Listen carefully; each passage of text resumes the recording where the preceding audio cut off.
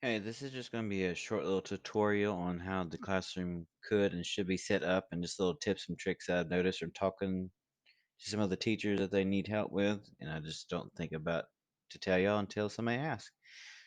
So I'm going to go use the example classroom as well, an example. So first thing you need to do, honestly, before you post anything, is go to this little cog wheel right here, the settings. And I say that because right here in your stream, you honestly need to set where only teachers can post and comment. Some teachers don't mind when their kids post, but honestly, especially in our grades, I feel like that distracts kids and they just want to create a whirlwind of comments because they think it's cool and they can post stuff on the wall and just that's just a hassle. I say go ahead and turn it off.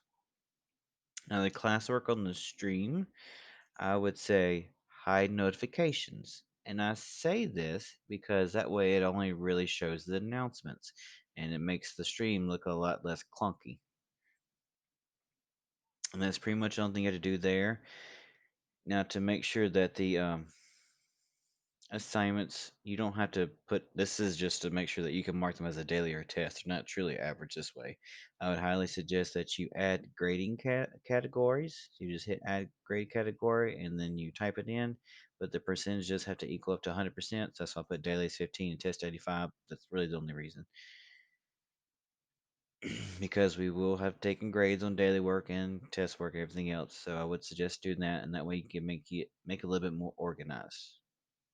So again, make sure this Meet link is off. This should only be on whenever it's your office hours times. That's it. So just turn it on, click the button. When your office hours are over, turn it off. Again, show delete items. Don't need that. Hide notifications on the stream, and make only you can post and comment and hit save.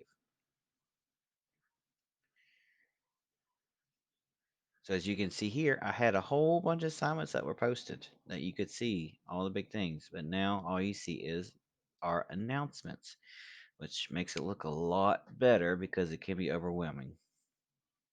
Now this Google Meet link, you'll see it at all times, but you see this little eye with a slash, that means the students cannot see it, and they don't need to see it, because if they do, that means they can join it, and they don't need to join it unless you're online in there. So make sure before each day ends, you go there and turn it off so kids can't get into it. All right, next thing I want to show you is just to make sure you know how to do these little subheadings, or actually there are topics. So all you have to do is create and make a topic and name whatever you would like. Usually I would say probably do the format like this where it's week 1, week 2, so you know the dates, the parents know the dates, because the whole point of this is to make it easier for parents to navigate. You can also add like a resources tab and things like that at the bottom that has extra stuff. But what I'd like about it sitting like this is whenever you post assignments, it could get messed up like this post here, this post there.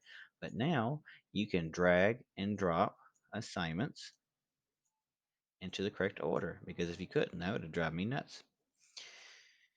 And you can see here where it says daily grade, daily, daily, daily, and test, because most likely most tests are going to be done on Friday. So this is just, again, helps parents a little bit more organized and helps you. And then you have the what's happening here. I would highly suggest you make it a PDF. And if you don't know how to do that, I'll show you real quick. But I say PDF.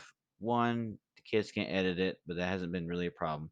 And two, PDFs just load faster and easier on phones and tablets. You usually don't need an extra app or something to do it, but you do with a Google Slide a lot of the times. So to turn your what's happening into a PDF, just go File, Download as a PDF. That's it. Pretty simple, easy to do, and it's easy to load. I think that's all the things I wanted to show you on here. Yeah. Okay, so if you have any questions about the Google Classroom or the setup, please let me know. Oh, there's one thing because Catherine had a question earlier. Whenever you post an assignment, if it's a slide, make sure that you, let's see if I can edit it real quick so I can give you an example.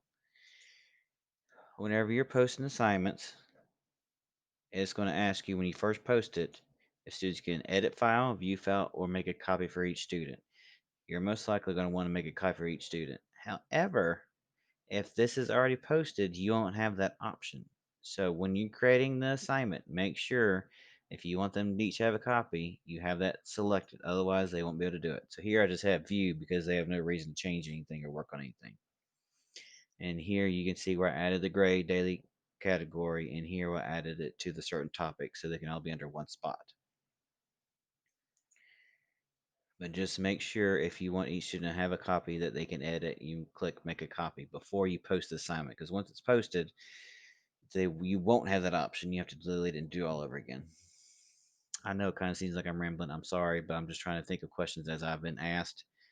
And I think that's about it. If you had any more questions about the Google Classroom setup, please let me know. And I'll see y'all soon.